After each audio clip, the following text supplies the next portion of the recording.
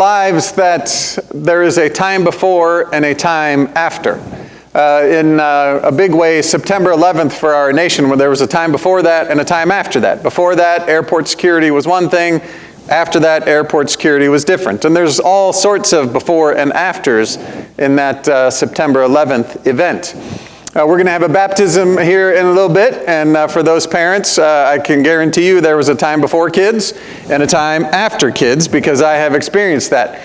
And then part of that experience in the before and after was that before I had kids, I did not get asked the question, why, as many times as I did after I had kids, and you guys have that coming. I can remember when ours were little, and little ones do this. They get to a phase where they just say, why? Why? Why? And for some people that can be frustrating. For me, it was actually a game to see if I could have more answers than they had whys, right? Who would get tired first? The trick with that was I didn't always know the answer, and so what I did was I just made them up. And so now I have two older teenage boys, and they have a pretty keen sense of when someone is not giving them a straight answer, because I taught them that by always answering why, but not always well. Sometimes I come to Scripture with questions of why and equally come up empty of answers, especially if those why questions are questions that are looking at what it is that Jesus is doing and saying and wondering why he's doing it. Today we hear Jesus sending out the disciples, and as he does it, he tells them to go nowhere amongst the Gentiles and to no villages of the Samaritans. Now, I could take that okay here in the 10th chapter, but just last week we read from the 28th chapter that Jesus said, go to all the nations, baptizing and teaching. Not too long ago we had the ascension and the story from Acts where Jesus gathers the risen Jesus gathers his disciples and tells them that they will be his witnesses in Jerusalem, Judea, Samaria, and all the ends of the earth. So I find myself wondering why there's this time before and this time after, a time where Jesus put some boundaries around who the disciples are supposed to go to and serve, and this time after where all of those boundaries seem to disappear. And when I have those why questions of Jesus, I don't get very far. And so I found myself this week, instead of asking why, asking the question, what? What is it that Jesus sends them to do? And that's a pretty simple answer. He sends them, it tells us exactly what they're supposed to do. To cure lepers, to heal the diseases of every kind, to cast out demons, to raise the dead, and to proclaim the good news that the kingdom of heaven is near. Now, none of that sounds easy to do, but in terms of answering the question, what, it's pretty straightforward. This is what Jesus sends them out to do. But I think we can go a layer deeper. If you think of a bullseye, right, as concentric circles, we can dig deeper into these circles as to what's happening. Because what Jesus tells them to do really, if you think about it, is to walk more deeply into another person's suffering. In their day, if you had a leper, that leper was off, right? They didn't want to be close to those people. So this leper is physically suffering, but also socially suffering as they are disconnected from people. So when Jesus says, go cleanse the lepers, he's saying you have to go walk closer to that person and get engaged with their suffering. Similarly, the every disease and sickness. Typically, even today, we don't go around people that maybe aren't in our own house that we know are sick, unless our job is to go care for them. And so what Jesus is telling these disciples to do is to go walk into that suffering with those people so they can be cured. And telling them to cast out demons, right? You hear those Bible stories where there's a demon and a person that's possessed and they're outside of town because they're dangerous. And Jesus is telling them to go walk into that danger, to walk into that mental and spiritual anguish of that person that is possessed, to go toward their suffering. Likewise with the dead. Even today, right, we offer condolences, but sometimes it's hard to be near that sort of deep grief. And to raise the dead, Jesus is telling them to do the same thing that we hear him do with Lazarus, right? To get there and weep and walk into that deep grief and join them in their suffering. So that in all of these things, yes, Jesus is telling them to go do something, but what he's asking them to go do is to walk into someone's suffering, join them in that place, and then do something about it. If you think about those concentric circles, right, and that bullseye might be our own suffering that we experience, but we don't always get outside and even understand our own suffering. And so Jesus has joined those disciples and is now sending them to that next circle, to those people around them who are suffering. Now, this is also Jesus showing them what life looks like. He says, I am the way and the truth and the life. Part of the Christmas story is that Jesus joins us in our suffering. The story of the cross is Jesus entering into our suffering. His whole story of ministry is him walking along and entering into people's suffering. Not only that, the suffering follows him around. At the beginning of this story, we hear about these crowds, and it says that the crowds were harassed and helpless. And so I find myself asking, what would get you out on the streets marching along with Jesus if you were going to be harassed along the way and be helpless as you went? And the answer is probably deep suffering. Agony, distress, desperation. Maybe Jesus can ease some of that suffering. And so Jesus has suffering follow him around. He's walking into suffering. And when he says, I am the way and the truth and the life, he's really saying that perhaps the way to life is to walk into another person's suffering. Now that's kind of counterintuitive for us. Martin Luther called it the theology of the cross. He would say that if we are looking for God in places of victory, in places of glory, in places of domination, we're not going to find God. If we look for God in places of suffering, we will find God. That's exactly where Jesus finds us. And it's not that God creates the suffering, but that God joins us in the suffering. So as Jesus prepares to send these 12 out, and he's giving them instructions to walk into people's suffering, he has already joined them in theirs and maybe helped open them up and experience their own suffering a little bit. And now he is sending them to walk into the suffering of others. Which again brings me back to my why question. Why is Jesus drawing those boundaries now that he's going to erase later? And I'm mindful that sometimes we are harder on the people closest to us.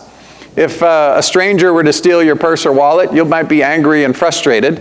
But if your sibling does it, there's a deeper level of hurt. So sometimes we have higher expectations of those around us, but at other times, we can understand the people around us, but not the people that are far off. I'm going to assume that most, if not all of you that are hearing this, have never lived in a refugee camp or visited a refugee camp. So that when we see news of faraway places where there's been a war that's torn apart a whole city or a whole country and there's millions of people being displaced and in refugee camps, there's a whole lot of suffering there that we can't understand because it's different from our context. Similarly, there are age-old ethnic conflicts in the world where one side has their own suffering and grievances that they air as a justification for why they do what they do, and then there's another side that has those same justifications for why they do what they do. And neither is really entering into each other's suffering. And if you think about Jesus' day, they were occupied by the Roman Empire. Pilate was not a wonderful human being. And so his disciples, as he gathers them, could have looked and said, those Romans are terrible. Similarly, when Jesus tells the story of the Good Samaritan, it's called the Good Samaritan because they all would have thought, no, Samaritans aren't good, they're awful. And why would a Samaritan be a hero of this story? So I think Jesus knows that these disciples maybe had trouble with their own suffering, and as he sends them out to their neighbors, maybe there's a sense that they can relate to the suffering of their neighbors, but they're maybe not ready yet to cross those boundaries and see the suffering of a Roman centurion or of a Samaritan. Which brings me back to the time before and the time after. Early on in this week when I was wrestling with this text, I thought, what is it that changes, that Jesus erases those boundaries? That first he sends them only to their neighbors, but then later sends them to all the world. And my quick answer was, well, obviously it's the resurrection.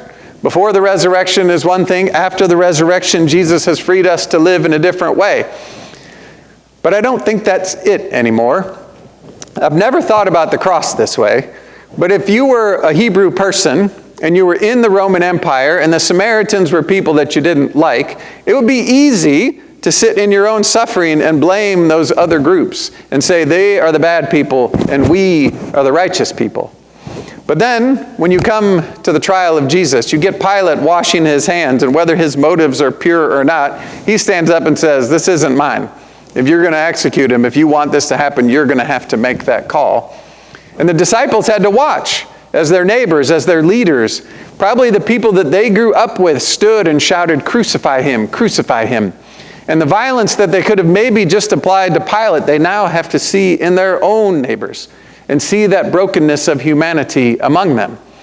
And then when they themselves fail Jesus, when Peter does what Jesus says he's going to do and he says he won't, right? When he denies Jesus 3 times, when they all scatter, they then see their own brokenness in that time of the cross.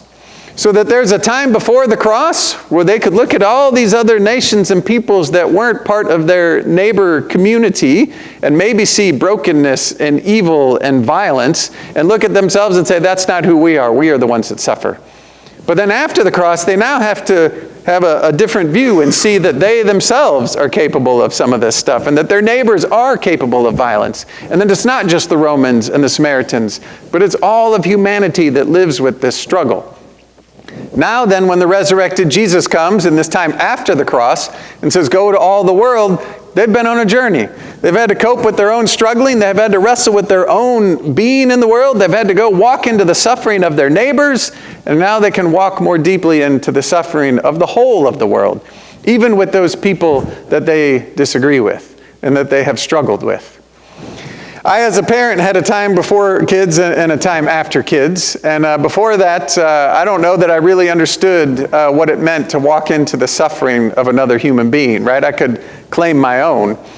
But then when our youngest was little, he had a hard time breathing at points, and we had to get this nebulizer thing and hook up and give him medicine. And they told us if he got to 50 breaths a minute when he was really sick, to bring him to the emergency room. And I can remember sitting by that crib at night, counting breaths as he was struggling to sleep. He'd start off, he'd be 1, 2, and he'd be breathing and breathing, and you would be getting close to a minute and really close to 50 and thinking this was going to be where he got to 52 and we had to take him in. And then he'd take one deep breath so you only got to 49. And we would just do that again and again and watch him struggle. It was a few years later that I was working as a chaplain at a children's hospital during seminary, and I walked into a room in the intensive care unit where there was a little girl who had pulled over a bowl of hot soup on herself, and it had burned her upper body. Her mom was so distraught that she could barely speak, and she carried this guilt with her, right? Because she see her child suffer and felt like it was her fault. And now as a dad, I could understand that differently, right? I could walk into that suffering in a different way. When I first got there, they gave us a tour of the emergency room and said, listen, if you're a parent, this is going to be hard. If you're in a room and it reminds you too much of your kids and you start to fall apart, get out of there because we don't need to be taking care of you while we're trying to take care of the family. And that was so true the first night that I walked into a room and there was a child about my son's age. But then there was this mom and her suffering, and then there was another mother in the ER one night. Her son had pulled a hot cup of tea over on himself and had similar burns to that other girl. This one happened to be an Ethiopian Muslim family that had emigrated to this country. And as I look at those two mothers, they both were mothers, both had children with burns, both because they had pulled hot liquids over on themselves, and both carried guilt. They were both mothers suffering because their children were suffering. The invitation that Jesus gives to the disciples is to walk into that human suffering, and he grows it out from their own to their neighbors and eventually to the whole of the world, because this is the path of life that we get. Jesus enters into our suffering and invites us into the suffering of others, and it's in that place that we meet God, and in that place that God meets us. We are right now in a time where there is a lot of suffering around us. Some of it is economic. Some of it is physical due to the virus. Some of it is mental and spiritual due to the disconnection and all of the shut-inness that we have had along the way. Some of it is due to systematic racism and all of the upheaval that's going on around us. And we get the same invitation that those disciples did. To enter into our own suffering, to walk into the suffering of our neighbors, and then to walk into the suffering of those who are different from us. I think it's two things in this text that are really important. One is that each of the disciples, those 12 apostles, is named by name. And we have this baptismal font here, and when we enter into those waters, we are called and named by name to follow Jesus into this path of life. The second thing is the very last bit of the text. Jesus tells them, you have received this for free, so give it for free. He's telling them that God's grace is a free gift, that everything they are called to go do, they're not earning anything. This is a call, it's a gift of life, and it has been given to them without charge. And as they go out and walk into the suffering of others and do what they have been called to do to alleviate that suffering, that too is to be a free gift. In this season of suffering all around us, may we be blessed to be God's disciples who walk into that suffering because we have been freed to do so, and to give what compassion we can to everyone we meet so that they too can experience that free gift of grace and know the life of Jesus as they go. Amen.